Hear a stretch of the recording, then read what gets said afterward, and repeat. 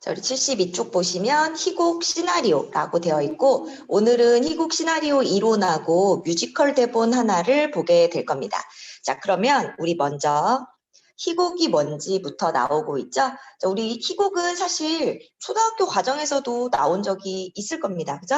자, 희곡 같은 경우는 연극을 상연하기 위한 목적으로, 그러니까 연극은 무대 위에서 진행되지 무대에서 공연을 보여줄 그런 계획으로 쓰여진 글을 우리 희곡이라고 부르는데 꼭 희곡으로 쓸 때 무대에 꼭 상연할 거다가 아니라 그냥 독자가 읽게 하도록 만드는 희곡도 물론 있기는 있는데 기본적으로 우리 보통 희곡이라고 하면 무대 상연을 목적으로 만들어진 글입니다.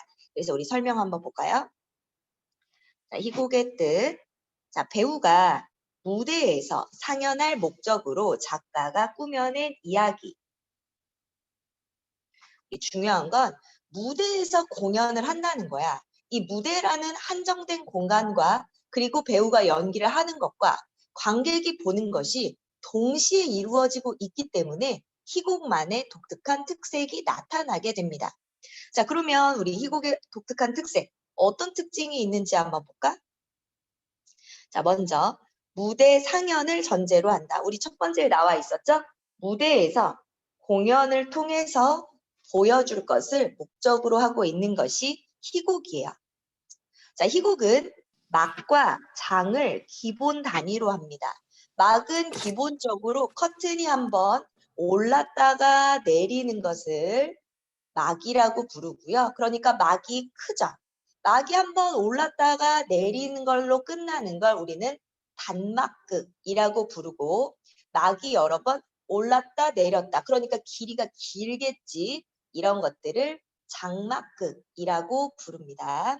자, 그러면 장은 도대체 뭐냐? 기본적으로 인물들이 등장하고 퇴장하는 걸 바탕으로 하는데 우리 보통 이럴 때 암전, 그 무대를 어둡게 처리했다, 밝아졌다 하는 부분이 있어요. 보통 이거를 장이라고 부릅니다. 그래서 오른쪽 여기 보시면 희곡의 구성 단위 막과 장이라고 되어 있죠. 막 같은 경우에는 무대 앞에 있는 휘장, 막이 한번 오르고 내리는 큰 단위를 막이라고 부르고 그래서 휘장이 한번 오르고 내리는 사이에 큰 단위. 장은 뭐냐? 자, 장은 그 안에서 더 작게 쪼개져 있어요. 그래서 어떤 인물들이 등장하고 퇴장하면서 조명이 켜졌다 꺼졌다 할 때 이거를 하나의 장으로 봅니다. 자, 무대 조명이 꺼지고 켜지는 것을 기준으로 하는 걸 장이라고 불러요. 그래서 보통 뭐 단막극 같은 경우는 그냥 몇 장 하고 나가게 되지만 장막극 같은 경우는 1막 몇 장, 2막 몇 장 이렇게 진행이 되게 됩니다. 자, 그리고 우리 다시 특징으로 오시면 시간적, 공간적 제약을 받는다. 자, 이거는 아까 무대 상연이라고 했죠. 요거를 잘 기억해 보면 당연히 시간과 공간의 제약을 받을 수밖에 없어.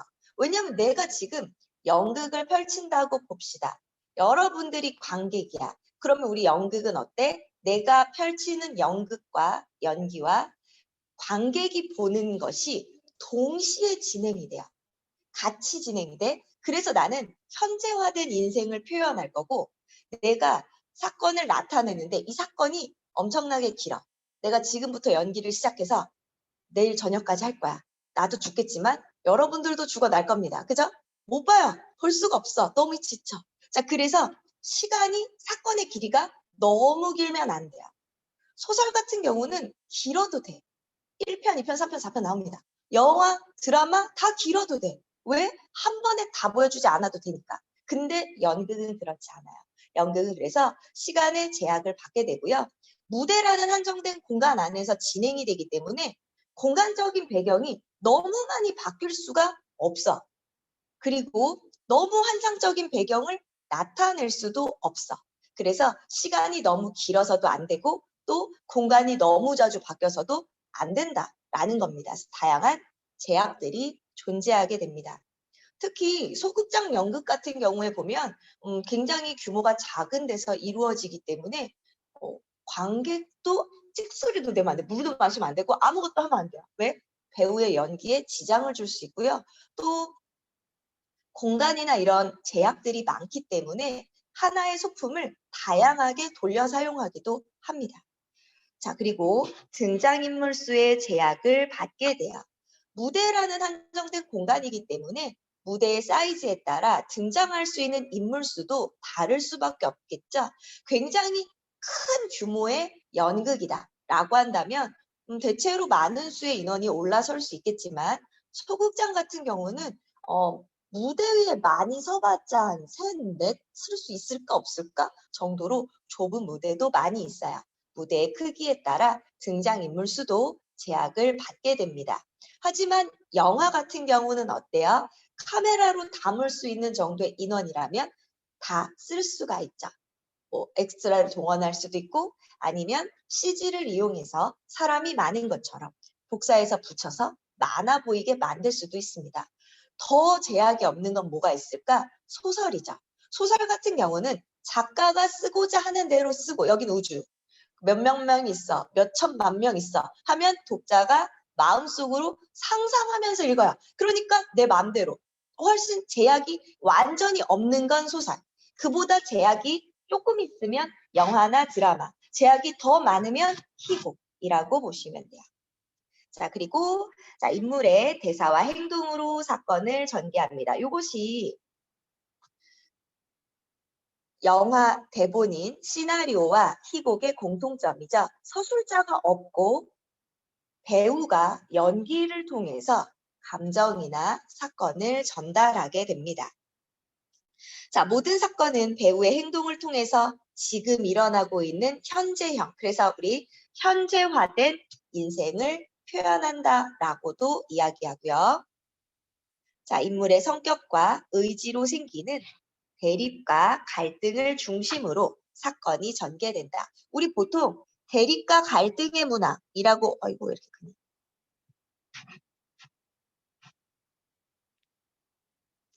대립과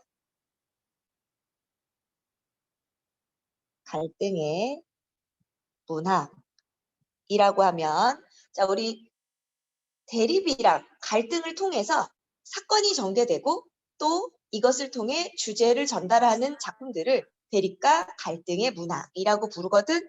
자, 어떤 게 있냐면 기본적으로 우리 여기 나오는 희곡, 시나리오, 그리고 소설입니다. 이 세 개의 공통점, 셋 다 대립과 갈등을 통해 주제를 전달한다라는 특징을 가지고 있어요.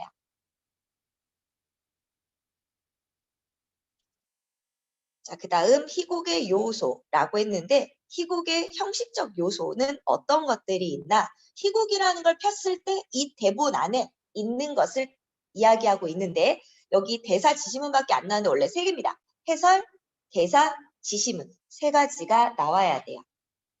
해설, 대사, 지시문 요렇게 3개야. 우리 해설은 뭐냐면 우리 희곡은 막과 장으로 나눠진다고 했어. 그래서 우리 희곡 대본을 보면 어느 순간 막이 오른다라는 말이 나오거든요. 이 앞에 부분은 뭐냐면 등장인물은 누구가 나온다. 공간은 어디다 하고 간단한 설명들이 나오는데 여기를 해설이라고 부르고 막이 오른다 이후에 나오는 무대 장치나 배우들의 동작을 나타내는 것들은 지시문이라고 부릅니다. 얼핏 보기에 비슷해 보이지만 막이 오르기 전 단계에 있는 내용들은 관객들은 몰라요. 내용을 처음부터 끝까지 봐야 배경이 저기였고 등장인물이 이렇게 나왔구나 라는 걸 아는 거죠. 자, 이거는 연출자를 위한 겁니다. 막이 오르고 나야만 관객이 볼 수 있어. 그래서 막이 오르고 난 뒤에는 지시문으로 따로 나누게 돼요. 자, 해설은 막이 오르기 전 자, 보통은 등장인물이나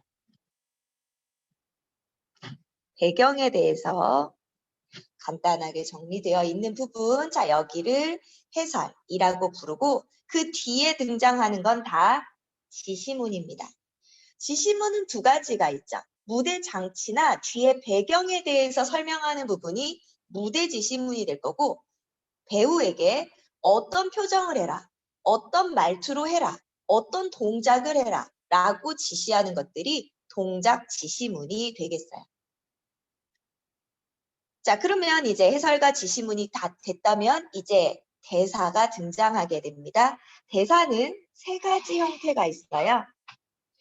기본적으로 제일 많이 사용되는 건 대화겠죠.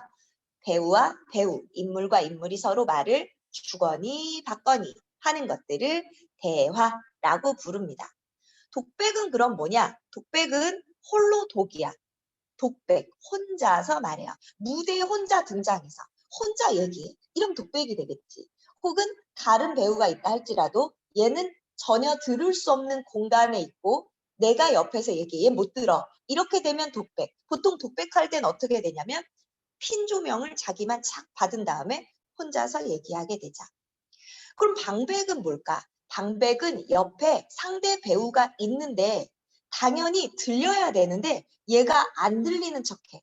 그래서 이 방백이라는 건 나라는 사람과 관객들, 얘네들끼리만 들리는 걸로 약속하고 하는 말을 방백이라고 부릅니다.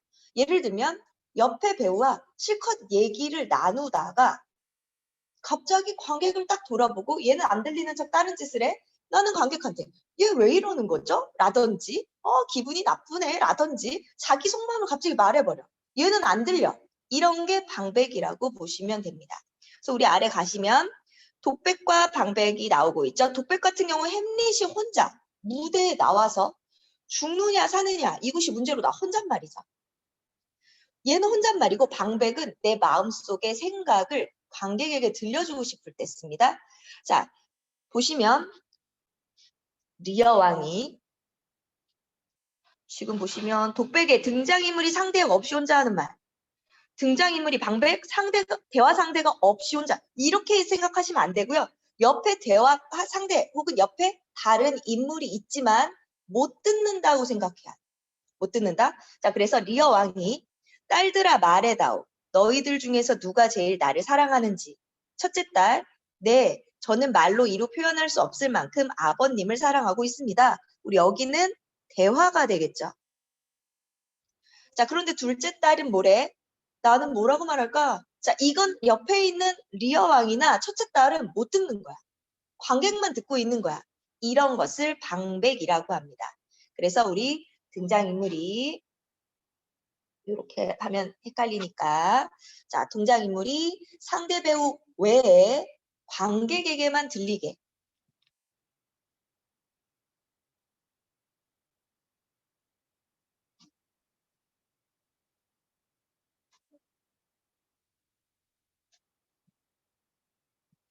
자, 관객에게만 들리게 하는 말 그러니까 상대 배우는 못 듣는다 라고 약속하고 하는 말 이런 것을 방백이라고 합니다.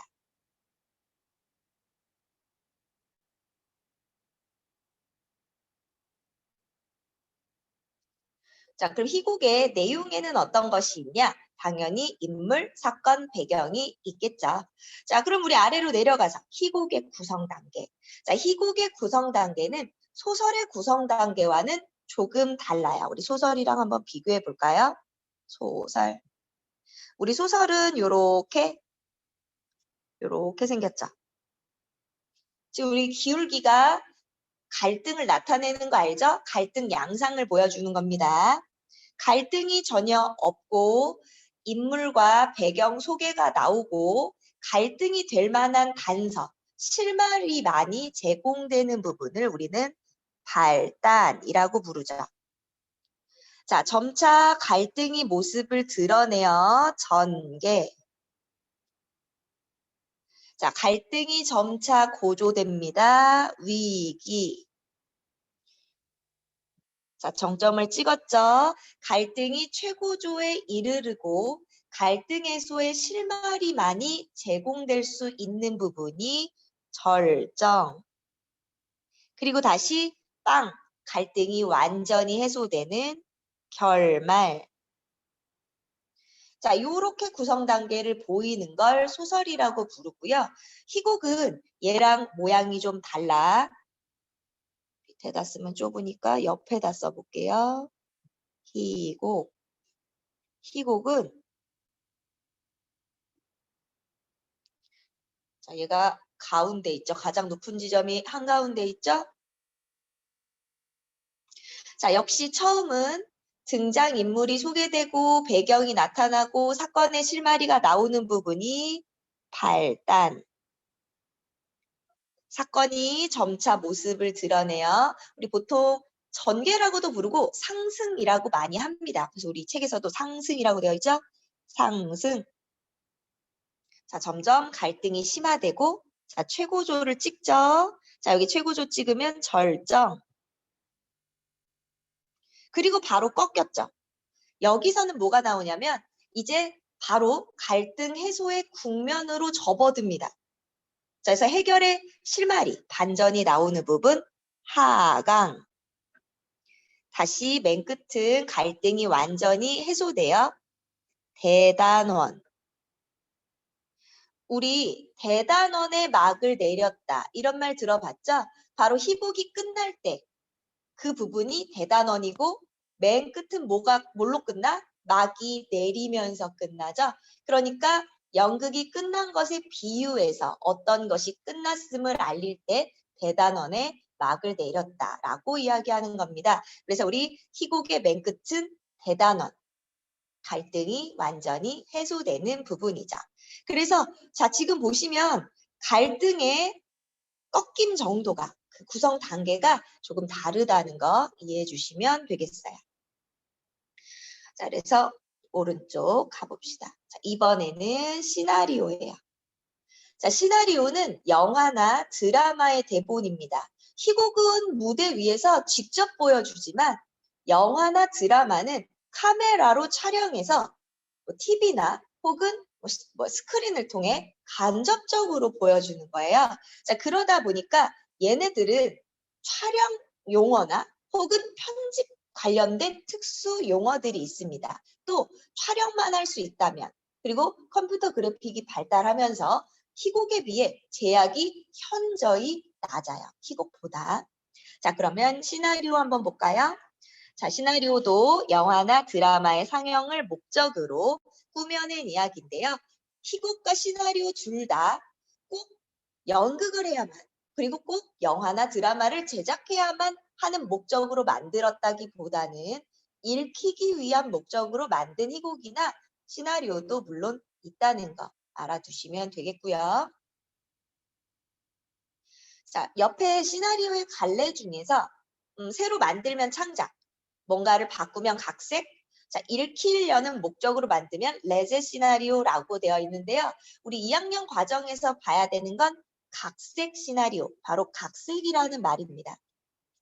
각색은 뭐 하는 거다? 바로 소설이나 희곡과 같은 어떤 문학을 영화나 드라마 촬영을 위해서 고친 것을 각색이라고 해요. 갈래를 바꿔주는 걸 각색.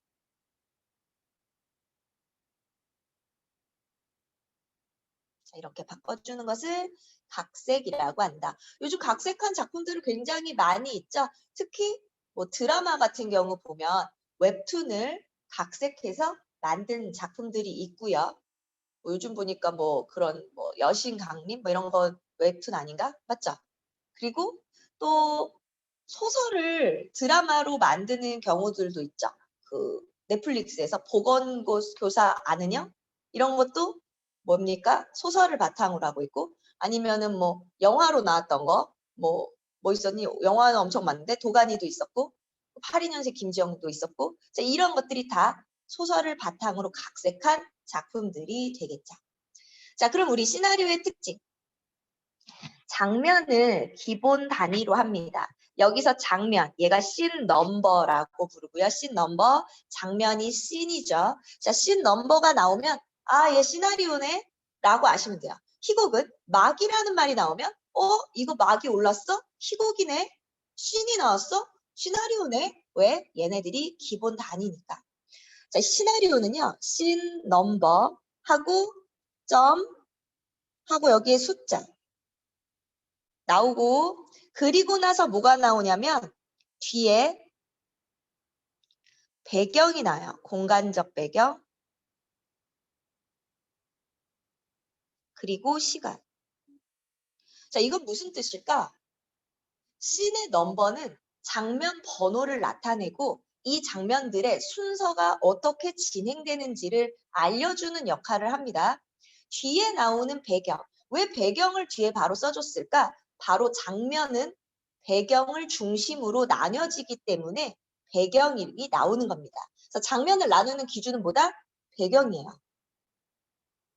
자, 그래서 일반적으로 시나리오를 가지고서 영화나 드라마를 촬영한다라고 하면 씬 넘버 순서대로 찍는 것이 아니고 배경을 봅니다. 공통된 배경들이 있겠죠. 얘네들을 묶어서 같이 먼저 촬영해요. 왜게? 돈이 많이 드니까. 그래서 내가 알기로는 뭐 어린 아이를 주인공으로 삼은 어떤 영화 같은 경우는 이 아이의 감정선을 만들고 따라가기 위해서 씬 넘버 순서대로 찍었다는 영화도 있었거든. 그게 굉장히 독특한 경우인 거야. 돈이 많이 들어요. 예를 들면 부잣집을 촬영할 거야. 남자가 재벌이야. 부잣집 나와야 돼. 근데 이 부잣집을 빌려야 될 거 아니니? 그럼 최대한 하루 안에 빌리면 하루치만 빌린 돈을 내면 되는데 며칠에 걸쳐 찍으면 며칠치 돈이 많이 들어간단 말이에요. 그래서 배경이나 이런 것에 따라서 묶어서 찍습니다. 묶어서 찍어놓고 나중에 감독이 편집할 때 순서대로 배열하게 되는 거거든요. 그래서 장면을 기준으로 배경을 중심으로 장면을 나눠주게 됩니다. 자, 그래서 우리 두 번째 영화나 드라마 상연을 전제로 하고 있고요. 주로 대사에 의해서 역시 얘도 대사로 사건이 전개됩니다. 희곡에 비해서 시간적, 공간적이나 등장인물 수에 제약이 덜 합니다. 당연하죠? 이건 당연한 얘기야. 자, 기계에 의해서 카메라로 촬영하고 혹은 컴퓨터로 편집 작업들을 하기 때문에 특수한 시나리오 용어들이 사용되게 되고요. 많이 나오는 시나리오 용어는 기본적으로 알고 있는 것이 좋습니다. 자, 아래 가시면 시나리오의 구성 요소 나오고 있는데요. 역시 장면, 자, 장면 번호에 따라 나뉘게 되고요. 대사, 지시문, 해설 이렇게 나눠볼 수 있습니다. 자, 시나리오 용어, 얘가 중요한데요. 자, 일단 기본적으로 씬 넘버 이렇게 S 뒤에 샵 붙어 있어요. 씬 넘버, 장면 번호, 장면 순서를 나타내는 역할을 합니다. fade in, 화면이 점점 밝아진다. FI, 화면이 점점 밝아진다. 보통 영화가 시작될 때 아니면은 뭐 이렇게 정신을 되찾을 때 왜 눈을 뜰 때 막 점점 화면이 밝아지는 이런 거 fade in. 반대로 fade out. 얘는 끝날 때 사용하겠죠. 화면이 점점 어두워질 때 fade out. 자, 그다음 오버랩 많이 사용됩니다. 오버랩은요. 자, 장면이 전환되는데 뿅 바뀌는 게 아니라 약간 겹쳐지듯이 하면서 다음 장면으로 넘어가는 오버랩입니다. 겹치면서 다음 장면으로 전환되는 게 OL, 오버랩. 내레이션, NAR, 내레이션인데요. 얘는 화면 밖에서 들리는 목소리, 화면 밖의 해설이라고 보시면 되겠어요. 가장 많이 나오는 게 우리 보통 이제 다큐나 이런 것들 아니면 아침에 저거 인간극장 본 적 있어요? 인간극장? 따라라라 하면서 그러면 거기서 내레이션 하죠. 누구누구 씨는 오늘 기분이 안 좋다. 막 하면서 그 사람들의 행동이 있고 밖에서 해설하는 목소리 이런 걸 내레이션이라고 부릅니다. 보통 영화나 드라마에서는 내레이션이 나오면 인물의 속마음을 알려주고 싶을 때 내레이션을 쓰기도 하죠. 자, 그 다음 CU, 클로즈 업. 자, 어떤 것을 크게 확대해서 찍어주는 걸 CU, 클로즈 업이라고 합니다. 보통 드라마 같은 거 봤을 때 배우의 감정을 극도로 나타내기 위해서 얼굴을 클로즈업, 확대해서 보여준다든지 할 수 있겠죠. 자, 그 다음 insert, INS. insert 무슨 뜻이에요? 삽입이죠. 장면과 장면 사이에 다른 장면을 끼워 넣는 것을 insert라고 합니다. 예를 들면 배우의 얼굴을 보여주다가 배우가 뭔가를 쳐다봤어. 그러면 그 보고 있는 종이를 insert, 집어넣어 줄 수 있는 거죠. 그리고 다시 배우의 얼굴로 옵니다. 이렇게 되면 인설트, 장면 사이에 다른 것을 끼워 넣었다. 이펙트 효과죠. 효과음. 자, 극적 효과를 내기 위해서 넣는 음량. 혹은 그냥 단순히 쓸 수도 있습니다. 전화벨이 울려요. 그럼 전화벨 소리 이펙트. 따르르릉 하고 들어가주는 이런 것들을 이펙트라고 하고요. 마지막 몽타주. 얘는 왜 한글 안 써줬을까? 몽타주. 자, 몽타주. 따로 촬영한 장면을 붙이고 편집해서 새로 하나의 장면을 만드는 거예요. 우리 이런 말, 뭐 범인의 몽타주를 공개합니다. 이런 거 들어본 적 있죠? 자, 이 몽타주가 뭐니?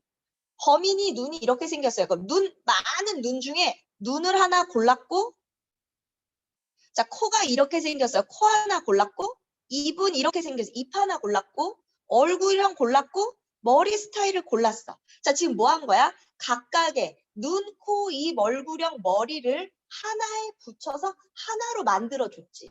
이게 몽타주거든? 영화나 드라마에서 몽타주는 어떻게 이루어지냐면, 우리 아까 장면은 배경에 따라 달라진다고 했어요. 따로 촬영한 장면을, 그러니까 다른 배경에서 촬영한 애들을 쭉 이어 붙이는 겁니다. 예를 들면 우리 이거 너무 옛날인데 뭐 고3의 하루 뭐 이런 영상 있어서 짧은 거 아침에 걔가 하고 일어나서 와 씻고 와 뛰어나가서 학교가 도착해요. 학교에서 하고 수업을 듣다가 집에 또 와 하고 오는 그런 장면이거든. 집, 거리, 학교, 거리, 집. 장면이 계속 바뀌는데 하나로 빠르게 쭉 이어서 보여주죠. 이런 걸 몽타주라고 해요. 보통 빠른 전개. 얘가 오늘 무슨 일이 있었는지 빠른 전개를 보여줄 때 몽타주를 씁니다. 또 보통 이제 운동선수가 지옥훈련을 시작했다. 그러면 이 운동선수가 지옥훈련 하는 거 체육관에서 하고 운동장에서 하고 산을 뛰어오르고 바다를 달리고 이런 장면들을 다 모았다. 이렇게 되면 몽타주라고 부르는 겁니다. 어렵지 않죠? 자, 그럼 오늘 배울 드디어 뮤지컬 대본이에요. 저 뮤지컬 여러분들은 별로 낯설지 않죠? 나는 처음 해봤을 때는 조금 낯설었는데 보다 보니까 너무 멋있는 거야. 너무 멋있어요. 최고인 것 같아. 이런 것들을 본지 나도 너무 오래됐는데 진짜 뮤지컬은 대단해. 막 연기도 너무 잘하고 노래도 너무 잘하고 춤도 너무 잘 추고 심지어 막 악기도 막 연주하는데 진짜 대단하다. 이런 생각을 정말 많이 하게 되거든. 그래서 뮤지컬은요. 음악, 노래, 무용을 결합해서 무대 위에서 상연하는 현대 음악극이다. 그래서 음악, 노래, 무용이 결합되어 있는 현대 음악극인데요. 얘도 특징이 뭐니? 얘도 무대에서 하네. 그러니까 희곡에다가 음악적인 요소가 가미되어 있다고 보시면 됩니다. 자, 그래서 무대 상연을 목적으로 하기 때문에 희곡과 유사한 특징, 그러니까 시간이나 공간이나 인물수의 제약이 있다라는 얘기가 되겠죠. 자, 음악적 요소가 중요합니다. 그래서 노래의 가사가 들어가게 돼요. 자, 노래 가사가 일단 만들어지고 나면 작곡가와 안무가가 노래와 춤을 만들게 되겠죠. 자, 그래서 가사를 먼저 만들고, 왜 가사 먼저 만들어요? 가사가 뭐니까? 인물의 심리를 나타내주는 역할하니까 인물의 심리를 먼저 표현하고 이것에 어떤 음을 붙일지, 그리고 그것에 어떤 무용을 할지, 이런 것들을 정하게 되는 겁니다. 그래서 뮤지컬에서 사용되는 음악은 뮤지컬 넘버라고 부르게 되고 여기도 역시 넘버니까 숫자로 표시가 되게 됩니다. 자, 그럼 뒷장으로 넘어가서 문학의 재구성. 자, 문학의 재구성. 이게 왜 갑자기 나왔을까요? 우리 2학년 과정에서 제일 중요하게 다뤄지는 것이 문학의 재구성 요 내용이야. 그래서 우리 재구성이라는 건 우리 여기도 나와 있지만 한번 구성됐던 걸 다시 구성한다. 그러니까 원래 만들어진 원전 혹은 원작이라고 부르는데 원작이 있는데 이것을 다시 바꿔주는 겁니다. 그래서 우리 재구성은요.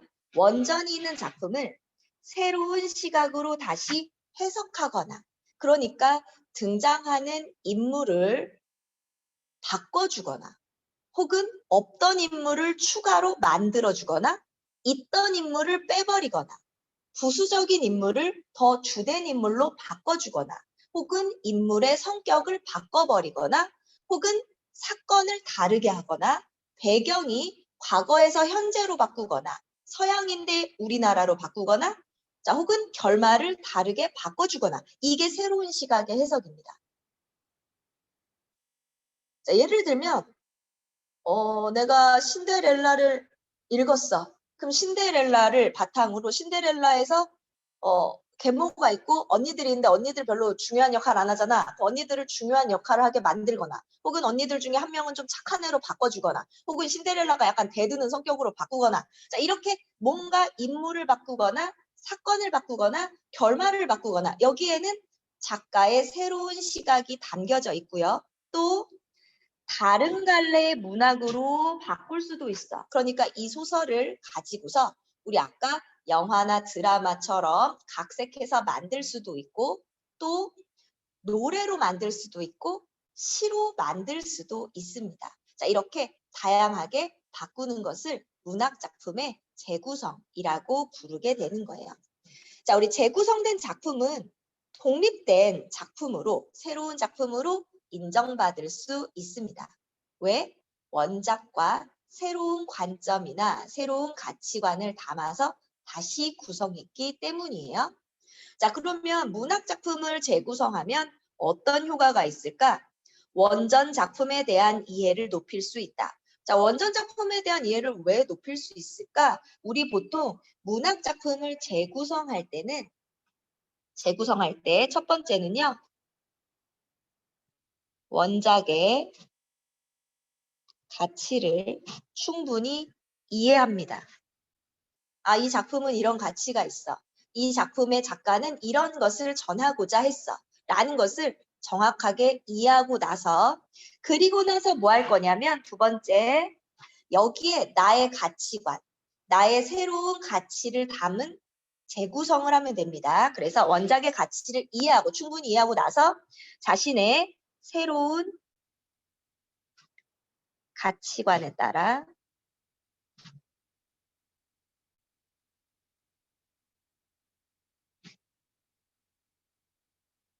하게 돼요.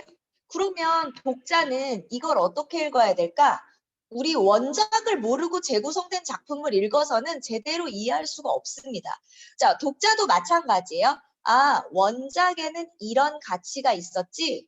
그러면 이 작가는 왜 이렇게 바꿨을까? 원작엔 이게 있고 여기엔 이게 없네. 원작엔 없었는데 여기엔 이게 있네. 자, 그래서 뭐 할 거냐면 독자도 마찬가지로 원작의 가치를 충분히 이해하고 나서 원작과 비교하면서 읽을 거예요. 그래서 내용의 달라진 점을 찾으면서 읽는 재미도 있고 혹은 갈래가 달라져서 재미를 줄 수도 있는 겁니다. 자, 그래서 우리 글을 쓸 때 원작의 가치를 이해하고 새로운 가치관을 바탕으로 재구성하기 때문에 독자는 원작의 가치도 이해하고 그리고 재구성된 작품 안에 어떠한 가치관이 반영되어 있는지도 파악하면서 읽어야 돼요. 그래서 원전 작품에 대한 이해를 높이고요. 자, 또 새로운 해석이 담겨 있으니까 비교하며 읽는 재미를 줍니다. 또 작가의 가치관이 새롭게 반영되어 있으니까 독자가 이렇게 감상할 수도 있겠다. 이런 해석도 가능하겠는데? 혹은 이런 시각도 괜찮네? 라고 감상의 폭을 넓혀줄 수 있고요. 갈래가 바뀐다면 갈래의 특징을 비교하며 읽는 재미도 줄 수가 있겠습니다. 그래서 우리 여기서는 소설 완득이를 우리 소설 완득이가 뭘로 나왔나요? 자, 희곡으로도 나왔고요. 뮤지컬로도 있고요. 심지어 영화로도 만들어졌죠. 자, 그래서 이 완득이 뮤지컬 대본 볼 건데 보기 전에 우리 여기까지 우리 앞에서부터 74쪽까지 문제 풀어볼게요. 72부터 74쪽. 자, 그러면 개념 확인 문제에 답 맞춰볼까? 자, 다음 기역에서 디귿에 해당하는 희곡의 구성 요소를 보기에서 찾아 쓰세요. 라고 했고요. 자, 기역 보면 숲이 뚫고 가는 산길이 산문에 들어간다. 원내의 비가. 자, 뒤에 무대를 나타내주고 있습니다. 그럼 얘는 무대 지시문이 되겠죠? 도념, 머리에도 모두 금부지만 꽂았어요. 자, 얘기를 하고 있네. 대사. 자, 세대, 가로하고 웃으며. 자, 이 배우의 동작을 지시하는 동작 지시문. 우리 함세덕의 동승이라는 이 희곡은 워낙에 되게 유명한 희곡입니다. 고등학교 올라가서 국어 영역 문제집 풀다 보면 자주 접할 수 있는 작품이거든. 그래서 한번 읽어보면 시간 될 때 읽어보시면 도움이 많이 될 것 같아요. 혹은 나는 읽어볼 여유도 없고 이거 어디서 책 어디에 들어있는지도 모르겠다. 인터넷에 검색이라도 해서 줄거리라도 알아두면 좋을 겁니다. 자, 그러면 다음 2번으로 가볼까요? 기억에서 미음 중 희곡과 시나리오에 해당하는 설명을 모두 고르세요. 자, 그럼 막과장 하면 뭡니까? 당연히 희곡. 시간과 공간의 제약을 많이 받으면 희곡. 다양한 갈등. 자, 희곡도 갈등이고 시나리오도 갈등이라고 했어. 작품 밖에 서술자. 자, 서술자는 어디에도 없습니다. 서술자는 어디에만 있다? 소설에만 있다. 자, 희곡이든 시나리오든 둘 다 대사와 행동으로 전개됩니다. 자, 그 다음 미음, 기술적 요소가 중시되고 특수용어, 자, 시나리오 용어가 사용됐죠. 시나리오입니다. 그래서 희곡은 기억니은 디귿, 시나리오는 디귿 미음. 자, 3번. 자, 시나리오 용어, 화면이 점점 밝아진다. fade in, 장면 순서, scene number. 장면을 확대한다. close up. 두 화면이 이거 겹치는 거 아니고요. 겹쳐지면서 다음 장면으로 바뀌는 겁니다. 오버랩. 장면 사이에 끼워 넣어요. insert. 따로 촬영한 장면을 붙여서 하나의 장면으로 만듭니다. 몽타주. 자, 4번 문학의 재구성에 대한 설명이에요. 자, 문학의 재구성은 동일한 갈래에서만 아니죠. 우리 소설을 시나 노래로 바꿀 수도 있고 시나 노래를 듣고 소설이나 희곡, 시나리오를 만들 수 있습니다. 그래서 X. 재구성된 문학은 하나의 독립된 새로운 작품으로 인정합니다. 일부 아니죠. X. 자, 문학의 재구성은 원전 작품에 대한 새로운 해석이나 새로운 가치관을 담아서 만든다고 했으니까 O. 자, 문학의 재구성은 기존의 작품을 새롭게 구성, 맞습니다. 다시 재구성한다. 자, 문학을 재구성하면 원전 작품에 대한 이해도를 높일 수 있다. 왜? 원전의 가치를 알고 원전에서 내가 새로운 가치를 담을 거니까 원전을 제대로 이해하지 못하면 재구성된 작품도 쓸 수가 없습니다.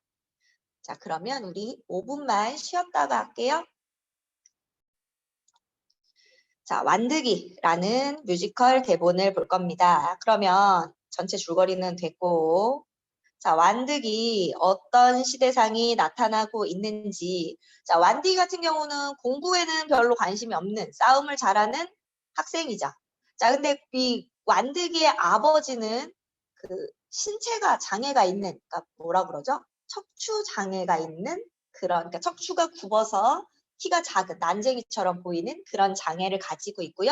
삼촌, 여기 민구 삼촌 같은 경우는 정신지체 장애인입니다. 이런 장애인 가정이거든. 그래서 읽기 전에 보시면 장애인 가정, 그리고 얘네 어디 사냐면 옥탑방에 살거든요. 그래서 가난한 빈곤층의 삶을 다루게 되고요. 또 오른쪽 가면 엄마인데 이 완득이의 어머니는 베트남 사람이야. 자, 그래서 근데 어머니가 어린 완득이를 두고 집을 나가버렸었거든. 그래서 한부모 가정에서의 부모와 자식 간의 갈등, 그리고 또 이 엄마가 찾아오지만 완득이가 쉽게 마음을 열지 못하는 데서 오는 갈등, 이런 것들이 나타나게 될 거고, 또 공부하라는데 얘는 공부 관심 없거든. 그래서 이런 킥복싱 대회에 나가게 됩니다. 그래서 공부를 강요하는 사회 속에서 방황하는 청소년들. 또 자, 지금 완득이가 엄마한테 구두를 사주러 갔거든. 근데 구두 가게 아주머니가 약간은 다문화 가정이나 이주민 노동자에 대한 편견을 나타내는 표현들도 나오게 됩니다. 그래서 우리 사회 모습이 반영되어 있다는 거 보시고, 자, 그러면 바로 본문으로 가봅시다. 자, 앞부분의 줄거리. 공부는 못하지만 싸움만큼은 누구보다 잘하는 완득이에게는 사람들 앞에서 춤추며 일하는 아버지와, 자, 아버지도 장애가 있고, 민구 삼촌도 장애가 있어. 자, 유일한 가족이다. 어느 날 옆집에 사는 담임 선생님 똥주가 완득이에게 그동안 존재조차 몰랐던 어머니의 소식을 전해준다. 그 완득이는 어머니의 존재조차 몰랐다. 너무 어렸을 때 엄마가 떠났고 그 이후로 연락 한 번 없었다는 것을 알 수 있죠. 하지만 완득이는 어머니의 존재를 부정하면서 옥탑방을 뛰쳐나간다. 자, 왜? 바로 자신을 버리고 떠난 어머니에 대한 원망이나 거부감이 나타나고 있죠. 그래서 어머니 소식에 대한 거부감을 나타내고 뛰어나가는 부분입니다. 자, 그 뒤 내용. 자, 4장. 완득이네 옥탑방. 낡은 문 앞에 한 사람이 서 있다. 완득이의 어머니다. 자, 7번 붙어 있고요. 자, 이게 뮤지컬 넘버야. 얘가 뮤지컬 넘버입니다. 우리 보통은 그냥 넘버라고 부르시면 돼요. 보통 넘버라고 부르고요.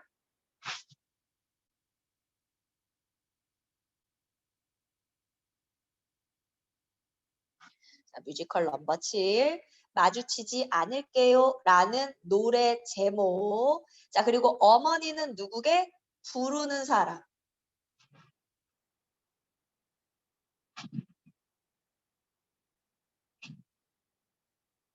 우리 보통 이런 뮤지컬 넘버들은 그 부르는 사람의 심리를 나타내는 역할을 하게 됩니다. 그래서 우리 애는 어머니의 심리를 나타내요.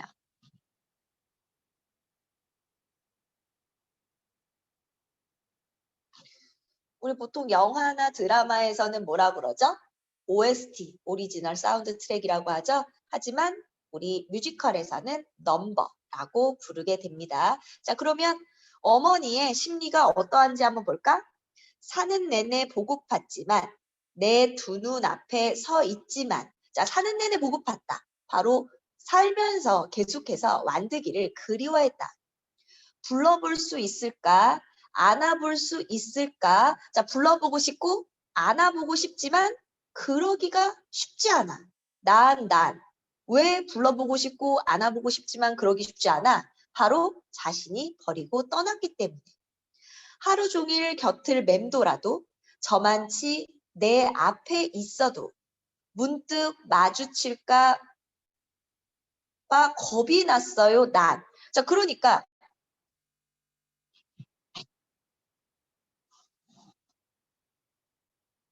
자, 그렇게 보고 싶은데 왜 겁이 나는 거니? 바로 죄책감 때문이죠. 그래서 보고 싶지만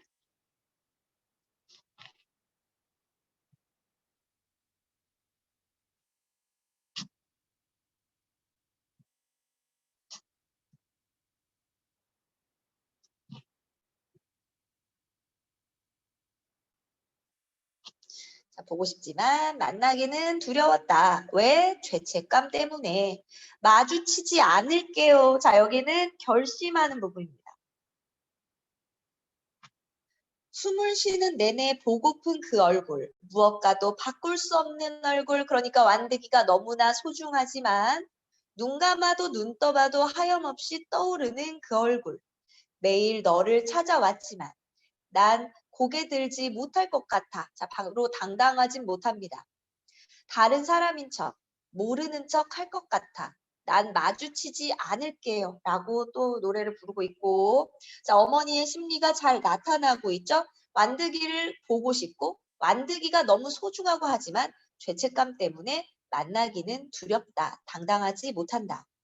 자, 완득이 등장. 완득이와 어머니 서로를 마주하고는 할 말을 잃는다. 자, 엄마는 완득이 얼굴 안 다치는데 완득이도 어머니를 보자마자 어머니라는 것을 알아차리게 된 겁니다. 자, 어머니가 점점점 뭐 했니? 말줄임표가 나오고 있죠? 그러니까 보자마자 말하는 게 아니야. 말을 꺼내기가 어려워서 주저주저 하다가 말을 걸고 있다는 거. 말을 꺼내기 어려워.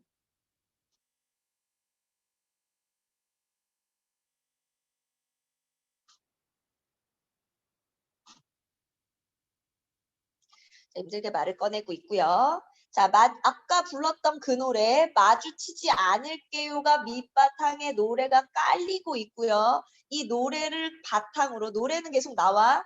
그리고 자, 어머니와 완득이가 대화를 나누게 되는 겁니다. 노래는 계속 나오고. 자, 어머니 잘 커져서 고마워요. 나는 그냥 한 번만. 자, 어머니 들고 온 종이 가방을 완득이에게 건넨다. 자, 원작에서는 이런 내용은 없습니다. 어머니가 운동화를 사주는 장면은 없는데요. 여기서는 추가된 장면이고요.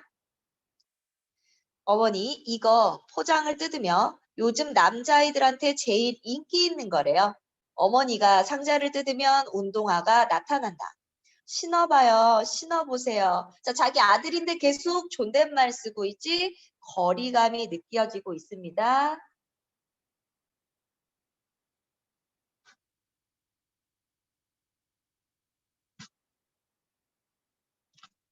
자, 완득 필요 없으니까 가져가세요. 자, 뭐야? 아직 어머니를 받아들이지 못하고 있자.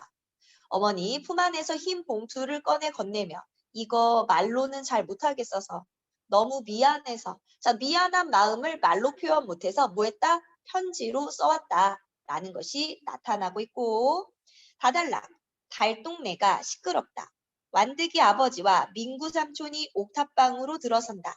어머니 얼른 완득이 손에 흰 봉투를 쥐어준다. 자, 아버지 몰래 편지를 쥐어주고 민구 삼촌, 안녕하세요. 완득이 손님인가 봐요. 자, 지금 약간 말이 어눌한 걸로 봐서 아까 정신지체 장애인이라고 했습니다. 자, 아버지 누가 왔어? 어머니, 아버지를 마주하고는 파르르 떤다. 자, 어머니도 아버지랑 마주칠 생각은 없었어. 자, 아버지 이게 뭐야? 아버지 운동화를 옥탑방 밖으로 내던진다. 자, 아버지는 여전히 어머니에 대한 분노가 남아있죠? 완득 말리며 왜 이러세요 아버지 싸우지 왜 이러세요 민구 삼촌 이러지 마 싸우지 마 말리고 있고 여기가 어디라고 찾아와 자식놈 버리고 저 혼자 호강하겠다고 도망쳐 놓고 여기가 어디라고 다시 와 바로 아버지가 어머니에게 분노하는 이유가 됩니다.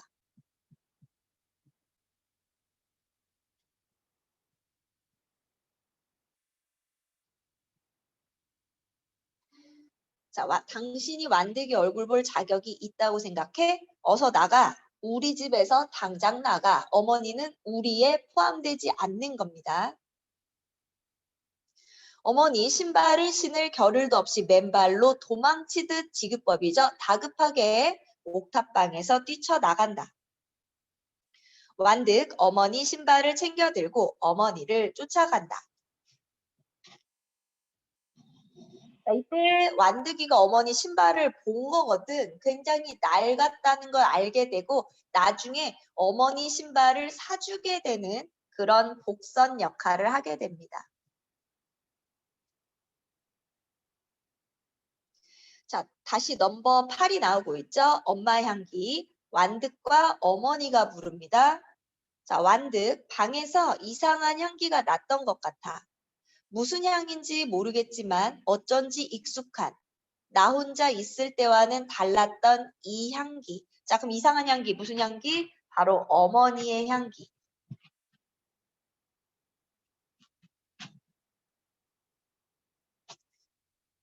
자, 화장도 안 했던데 도대체 무슨 향일까?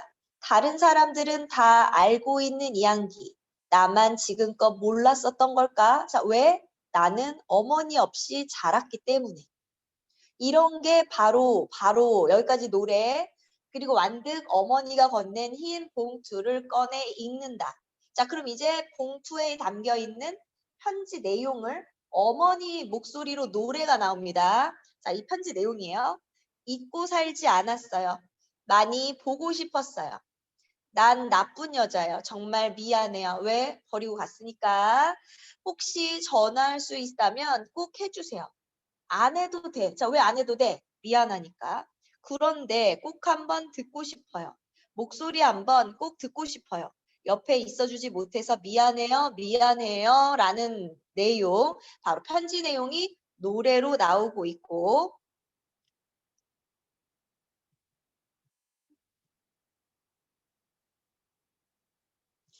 자, 완득. 보고 싶었다면 날 버리고 가지 말았어야지요. 자, 서운함이나 이런 것들이 아직 남아있지.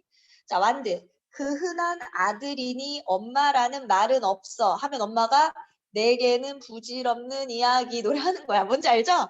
자, 그러면 아들이니 엄마라는 말은 내게는 부질없다. 왜? 엄마라는 말을 들을 자격이 없다.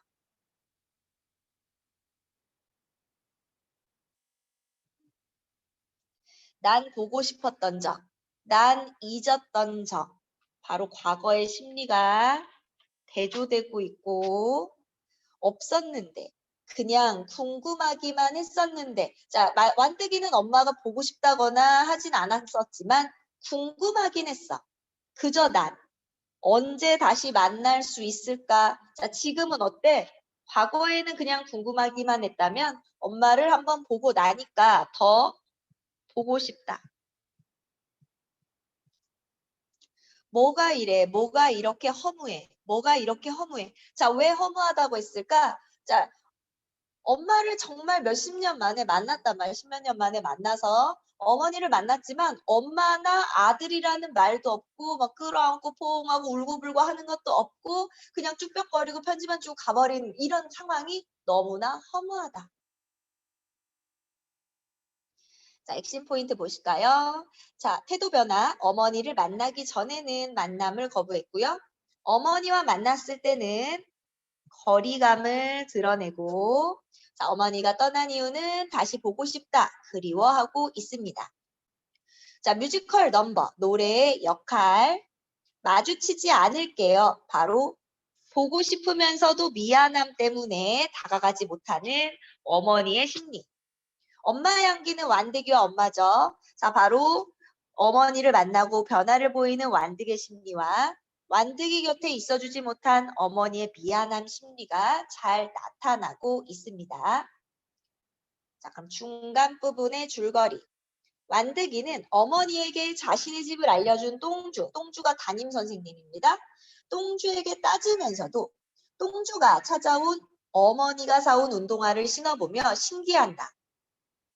하지만 완득이는 어머니에게 쉽게 마음을 열지 못한다.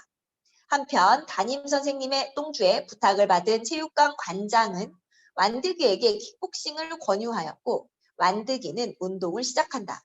어느 날 완득이는 체육관을 찾아온 어머니를 데리고 신발 가게로 간다. 자, 이제 하강이 되고 있죠? 가게 주인 어서 오세요. 완득 신발 몇 신어요?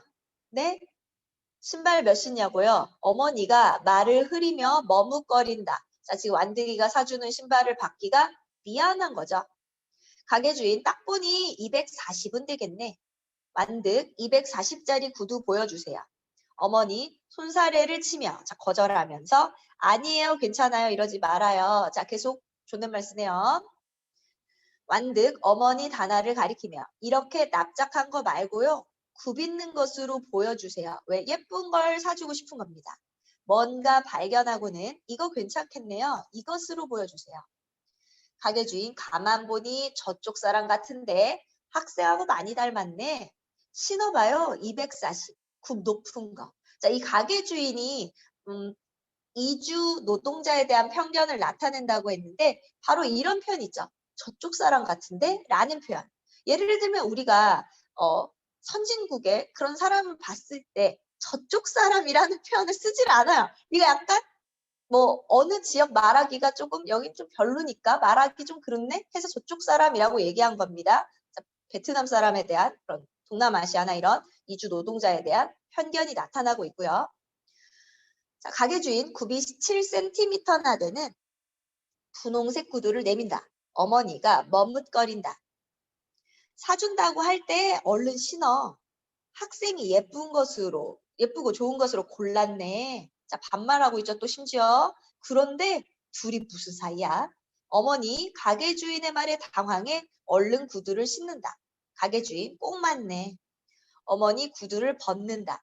그냥 신고 가세요. 어머니 눈치를 보며 다시 구두를 신는다. 아니 무슨 사이인데 이 양반이 이렇게 쩔쩔매? 만득 얼마예요? 25,000원인데 23,000원만 줘. 어머니에게. 아, 그런데 무슨 사이냐니까. 자, 호기심이 많아요. 자꾸 코치코치 물어보는데, 자, 지금 어머니 같은 입장에서는 완득이가 바로 자기의 아들이다. 그러니까 왜냐면 이주민 노동자에 대한 편견이 있으니까 그걸 말하기가 꺼려지는 거고, 완득이 같은 경우는 아직 어머니에 대해 마음을 완벽하게 열지 않았기 때문에 어머니다라고 말하지 않는 겁니다. 자, 완득이도 그냥 낫죠? 수고하세요. 완득, 어머니의 헌 신발을 챙겨 얼른 가게 밖으로 나간다. 가게 주인, 잘 가요. 어머니, 신발 가게 주인에게, 저기 거스름돈이요. 이 아줌마 갑자기 한국말 잘하네. 자, 외국인이라서 한국말 못할 줄 알았죠? 여기요, 거스름돈 2,000원. 잘 가요. 어머니, 신발 가게 주인에게서 거스름돈을 받고 얼른 따라 나간다. 고마워. 완득, 봉투에 담긴 어머니의 해진 분홍색 신발을 꺼내 보인다. 분홍색 좋아하시는 거 맞죠? 이건 제가 가져갈게요. 왜? 헌 신발 신지 말고 새 신발을 신기를 바라는 거죠. 바로 이 새 신발은 뭐니?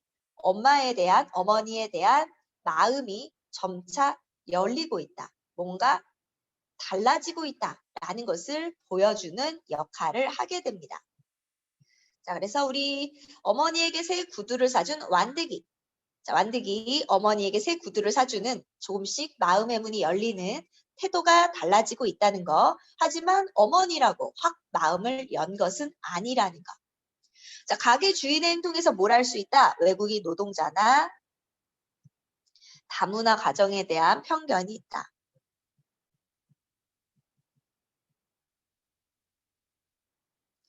자, 이제 대단원 끝부분입니다. 실내 체육관 종이 울린다. 심판이 완득이와 상대 선수를 링 중앙으로 부른다. 상대 선수에게 정신없이 맞기 시작하는 완득이의 시야가 흐려진다. 그리고 상대 선수가 훨씬 실력이 좋으네요. 옆구리에 킥이 꽂힌다. 똥주 난입하며 임마 도안득 지면 안 돼. 힘내라 도안득. 완득이가 링 구석에서 휘청이며 무너지고 관장은 링 중앙으로 수건을 던지려 한다. 우리 수건 던지는 거 뭔지 알죠? 경기를 포기하겠다는 뜻이거든.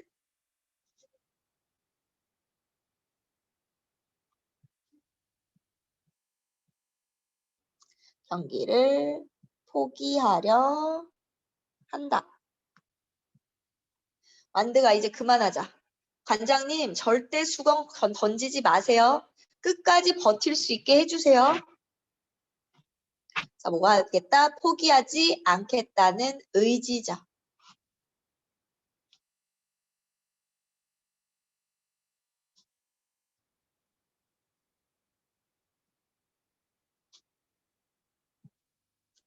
완득 관장의 손에서 수건을 빼앗아 땀을 닦고는 멀리 내던진다. 왜? 계속해서 하겠다는 의지를 보여주고 있습니다.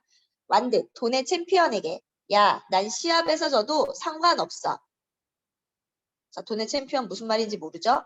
네가 내 갈비뼈를 박살내도 상관없고 네가 날 KO로 이기든 판정으로 이기든 난 상관없어. 극적인 역전승 따위를 바라는 게 아니야. 무슨 말이게? 자, 나는 지금 승리, 이기는 게 중요한 게 아니야. 난 내가 버틸 수 있는 그 순간까지 최선을 다해 버틸 테니까. 가드를 올리고서는 봐주지 마라. 날 이겨봐. 그러니까 뭐다? 승패보다는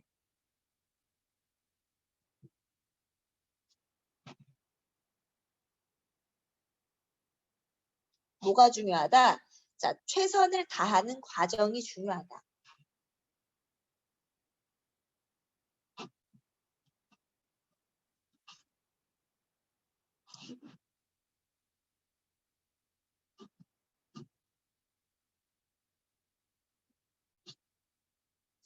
자, 돈의 챔피언이 완득이에게 달려든다. 두 선수의 합이 계속된다. 완득의 옆구리에 다시금 킥이 꽂히고 다운 쓰러졌죠? 심판의 카운트가 시작된다. 자, 이제 다시 뮤지컬 넘버 19번 괜찮아. 완드가 괜찮아. 완드기와 전체가 같이 부릅니다. 관장, 완드가 정신 차려. 완드가 눈 좀 떠봐 임마. 심판의 카운트가 모두 끝나고 그러니까 완드기는 KO 패를 당했고 관중석에서는 환호성이 터져 나온다. 심판이 쓰러진 완득이의 상태를 살핀다. 완득이의 눈앞이 흐려진다. 완득이가 웃는다. 자, 지금 심하게 맞았지만 기분은 좋아요. 자, 왜 기분이 좋을까? 나약한 나를 때려 눕힌 속 시원한 KO. 이 나약한 나는 과거의 자신이야.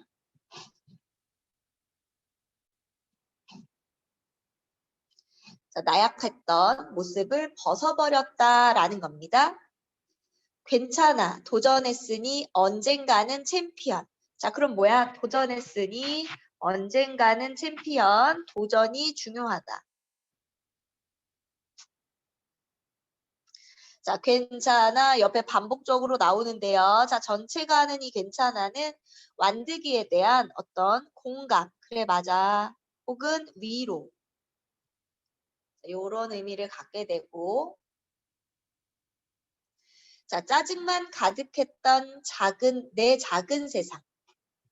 이게 과거의 자신이야 해도.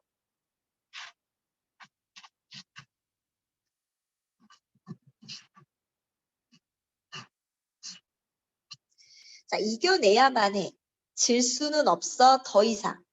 괜찮아. 자, 그럼 뭐 하겠다? 과거와 달라지겠다. 온 세상이 짜증이나 미칠 것만 같았지. 다들 웃고 사는데 왜 나만 이러는지. 자, 남들하고 비교하면서 비관해 왔다라는 겁니다. 쓰러져 보니 알겠어. 소중한 존재들.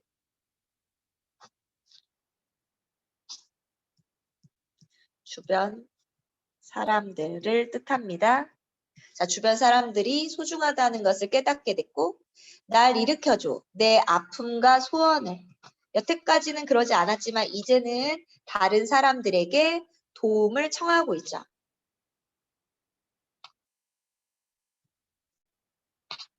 자, 바로 위로와 응원을 부탁하고 있습니다. 자, 내게는 원망만 가득했어. 닿을 수 없는 저 하늘의 별처럼 흩어진 나의 꿈. 자, 과거의 나는 어땠어? 자, 닿을 수 없는 저 하늘의 별처럼 지규 나의 꿈. 자, 꿈을 별에다 빗대었지. 자, 저 하늘의 별은 어땠어? 닿을 수가 없어. 내 꿈도 흩어져 버렸죠. 이건 과거의 모습이야. 바로 과거에는 꿈이 없이 살아왔어. 자, 모두 괜찮아. 네 잘못이 아니야. 널 지켜본 모두 널 믿고 있어를 4번 반복. 역시 위로해주고 있고. 합창 괜찮아, 괜찮아, 괜찮아, 괜찮아. 자, 그럼 A로 가시면 뮤지컬 넘버 20번이죠. 햇살 1g. 자, 여기서 말하는 햇살은 꿈이나 희망을 의미하고요.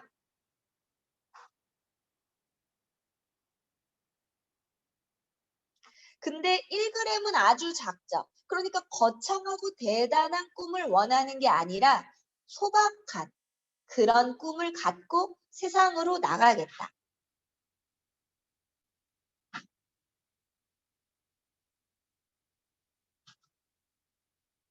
자, 1g짜리니까 작고 소박한 꿈.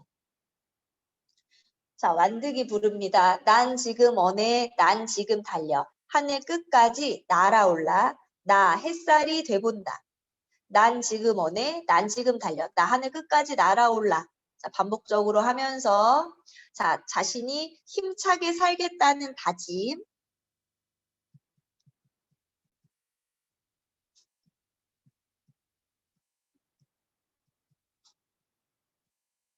다짐을 하고 있고, 자, 어머니가 완드가라고 부르죠. 자, 왜 완드기의 이런 모습이 안타깝기도 하고, 자, 그리고 이제 긍정적인 면으로 바뀌고 있으니까 이런 것들이 대견하기도 하고,